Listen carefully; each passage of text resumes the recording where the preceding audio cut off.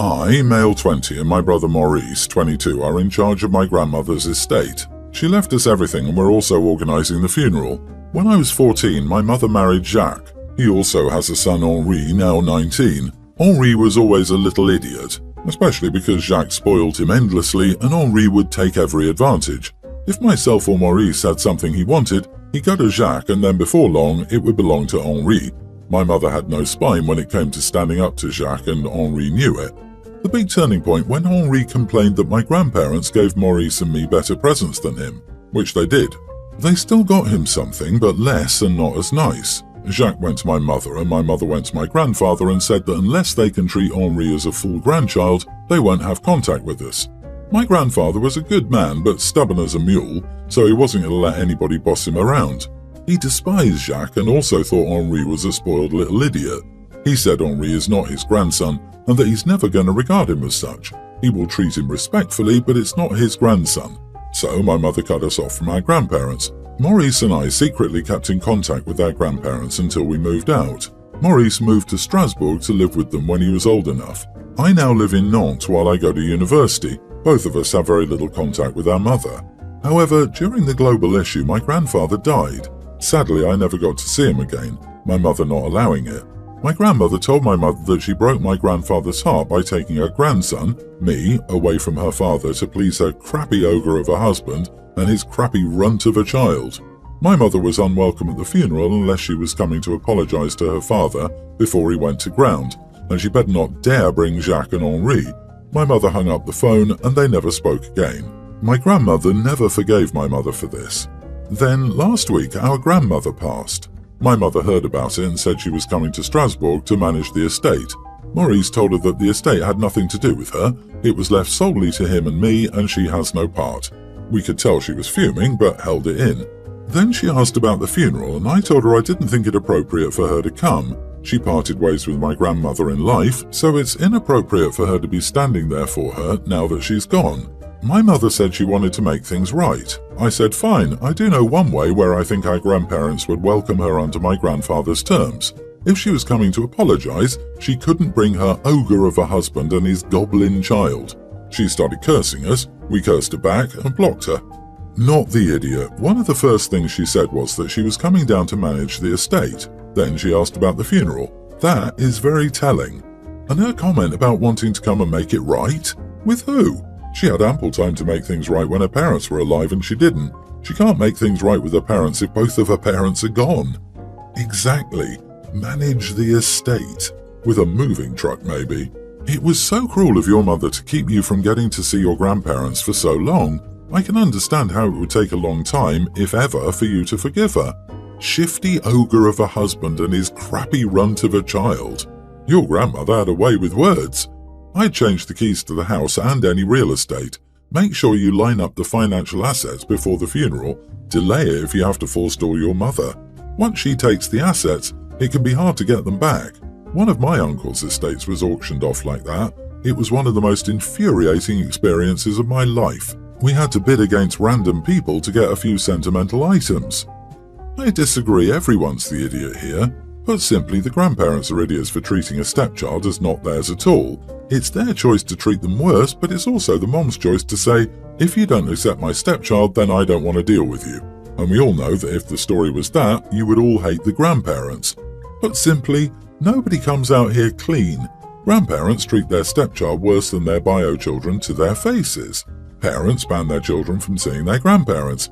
Bad stepdad and step-sibling. And a woman is being petty, blocked from going to her parents' funerals because she sticks up for her stepkid.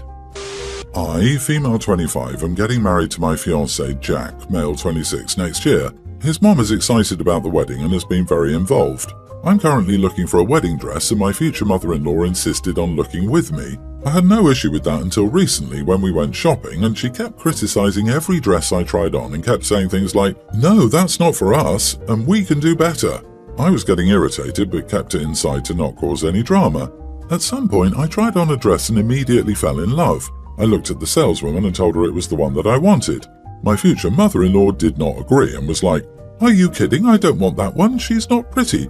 I tried to remain as polite as possible and told her that although I was thankful she volunteered to come with me, it was still my future wedding dress and therefore my choice, and that I was going to choose that one whether she liked the dress or not. She started crying and told me that I was being ungrateful for everything she's done for me and called me selfish. She then left and took a taxi home. When I told my fiancé what happened, he said I should have been more understanding because, as he was her only kid, it was her only chance to live this. I do feel bad because maybe I could have been nicer, but I also feel like I should have been able to choose the dress I want. Am I the idiot? It's her only chance to live this. Huh? What's this exactly supposed to refer to? And how in the world is this more important than your only chance to live your wedding? She had her chance. It was called her own wedding. Not the idiot, but this is your red flag. Your fiancé is always going to take his mommy's side. You have to decide if that's the battle you want to fight for the rest of your life. If she's going to complain about wedding dresses today, then she's going to complain on and about your wedding day, your first new home, and the moments after delivering your children when all you'll be wanting is just support, love and privacy to bond with your newborn and husband. And when it comes to child rearing, she clearly doesn't want to acknowledge and respect your boundaries. Oh, but I'm her only kid and this is her only grandchild. She deserves to be there. Oh well, it may be her second grandchild now, but it's her first granddaughter. She totally deserves to be in the hospital room. Oh, I know she keeps mentioning our parenting and criticizing us, but you have to understand they're her only grandchildren. And it will go on and on and on. You've got a fiancé problem. Please listen to the advice here. Will he have a spine? It's him marrying you, not him marrying his mom. He does show that he has a spine. It's easy to have rose-colored glasses and choose to ignore what's clearly the beginnings and foundations of problems. Where do rose-colored glasses get people? Divorced or abused, or otherwise completely unhappy and unsatisfied. I'm 40s female and have 2 children, Dax, male tween, and Mia, female tween. My kids don't get along super well. Dax thinks pranks are really funny, I guess like every boy, and he annoys Mia with them a lot. My husband and I have been working on it as it's the source of many fights between them. Dax gets a lot of prank ideas from the internet and will often recreate what he sees. Most of them are harmless, something like a fake spider in her food, etc. But I think he went too far this time. Dax thought it would be funny to put plastic wrap over the toilet before my daughter went to the bathroom. He says he got the idea online. I don't know if this is a thing, but it's a terrible prank. So he does this right before Mia goes into the bathroom and pranks her. She comes to me crying. She's embarrassed. I told Mia to shower and not worry about the mess. Here's where I might be the idiot. I go to my son and yell at him for what he did. I tell him that that's not an appropriate prank and he's old enough to know that's not okay, and then I made him clean it up. He starts crying, saying it was unfair I made him clear his sister's mess. It's gross and he's going to be sick, he says. It's from her body, so she should clean it. But it was his entire fault and literally his mess to deal with. I don't know why I should humiliate my daughter further or why I should have to clean it. And the biggest thing he needs to learn. I told him the mess was his fault and he should think about the repercussions of his actions next time because this is what his prank caused. And then I stood in the doorway and watched as I made him clean the floor and toilet. I think it was an appropriate punishment considering it's really just the natural consequence of what he did, and it doubles as a general lesson in how to clean a toilet, which he has to learn at some point anyway. Well, my husband disagrees. This all happened while he was at work, and after he got home, Dax complained to him. He told me I was overly harsh on our son and put him in danger by exposing him to germs, but I gave him the same gloves I use when I have to wash the toilet, and it's not like he was unsupervised. But my husband is mad at me and told me that I went too far and that's bad parenting. Of course, my son is mad at me too, but my daughter is on my side. Am I the idiot? Am I a bad mom? Not the idiot, but your husband is, and you can see why Dax thinks it's okay to pull this crap on his sister. What the heck is your husband on about? You put him in danger by exposing him to germs. He cleaned a toilet, for heaven's sake. We all do it. In fact, lots of teens do it as part of their chores. You should ask your husband if he'd prefer if you left Dax's messes for him to clean up when he finishes work in the future. Exactly. Jesus. Tell your idiot husband that next time your son does something like this, you'll leave it for him to clean because you and your daughter are not doing it. Your kid is learning what it means to reap the consequences of his actions. Your husband should back you up. He isn't doing Dax any good. I'm tempted to advocate for his internet access to be restricted. He's shown he isn't using it responsibly. My son Gabe, 19, is back for the summer after his first year at college. Before college, he was a thoughtful kid. This issue started this summer. He came back and won't do a favor for anyone. At college, he rarely called, which was expected. He was busy doing his work. He came back and doing anyone any favors is impossible, like, "Can you close the door?" His answer is, "Not my door." Or, "It's raining, I'm at work, can you make sure the dog is in?" But I came home and the dog was soaked since he didn't let him in. It's for everything. Father's Day he forgot even though his sister and I reminded him, and he didn't even show up for cake. That made my husband really sad. My breaking point was I got called into work last night for an emergency. My husband was gone for the week and my daughter was asleep. I asked him to put the leftovers away since I needed to leave ASAP. It was so simple, yet they were still out when I returned home at 3 a.m. I went to his room, he was still up and we argued. If he couldn't do anything for this family, we won't do crap for him. I then took back the money I gave him for a trip and told him to pay for it himself. He called me a jerk. My daughter is happy with the outcome. My mother called it too extreme, even though we have discussed this multiple times. Yes, I have tried to talk to him about this. It's like a brick wall, so he's not telling me if something happened at college. Edit, we refused to buy him a car, but that was before he left for college.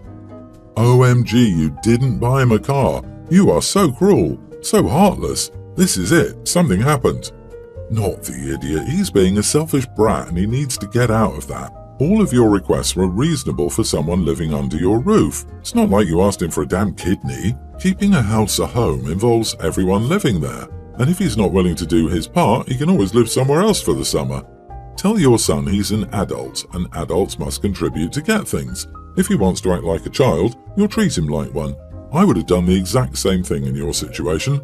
There's a baseline of respect required, and if he can't do that, then he won't get anything from you and might not even be welcome to stay in the house for free if the behavior continues. I'm not exactly sure what's going on with your son, but he's in need of a wake-up call. Sounds like he's depressed. His entire personality changed while he was away at college. Something is going on here, and I'm not at all sure that "we didn't buy him a car a year ago" covers it. Developing mental health issues during the first year or any year of college is incredibly common. Get him in to see someone. Or it could be he's an entitled, spoiled jerk. Depression doesn't stop you from closing a door and still giving a snarky reply. And he most likely got a taste of individuality after being away from family, shifting his perspective and contributing to others. Leaving the dog in the rain would have been enough for me to kick him out. It's really are we the idiots, since my husband and I are on the same page about this, but somehow she's making it all about me. My husband's job means that the 4th of July is one of his busiest days of the year, so we've developed a tradition where we invite a bunch of family and friends to our lake house the weekend after the 4th. This has swelled to about 30 people. Many of our friends use it as an excuse to leave the kids behind for a weekend, and a lot of partying is involved. For the past 2 years, my sister-in-law's behavior has been a significant issue at these events. She completely loses control when drinking. I don't think I can list what happened here, but one involved a very scary trip to the ER. My husband and I have had so many talks that she needs treatment with his parents, but they're all in denial. After last year, we told her she can only come to the lake house if she promises to remain sober over the weekend. She threw a fit about it and we stood firm, but the topic was dropped. Yesterday, my husband called to remind her of what we said. She absolutely lost her crap. She thinks I'm trying to ban her because I don't like her. I really like her when she's not drinking. My husband said he'll stay sober over the weekend because he knows it can be hard to be the only person not drinking. She didn't budge. Eventually, he said if she can't commit to not drinking, she can't come. Now her aunt and cousin have gotten involved.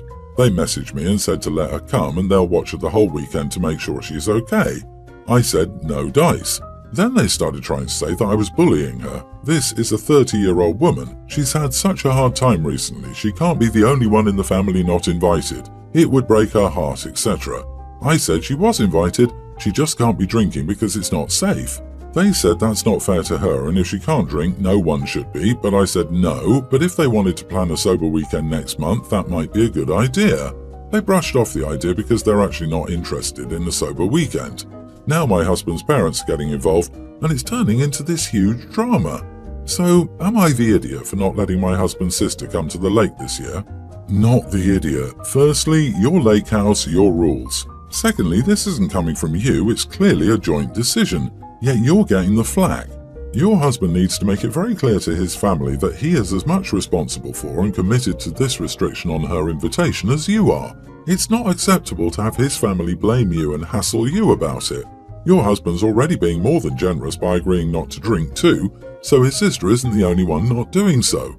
This is a time to celebrate, not babysit a grown toddler who can't hold their booze. It took 16 years after I took my sister to the ER to get her stomach pumped and her kids moving in with their dad for her to get sober. Some people in my family, with their own drinking issues, still don't think she had issues, despite her own admission. Don't give in. Don't excuse or ignore her behavior. Her life may depend on it.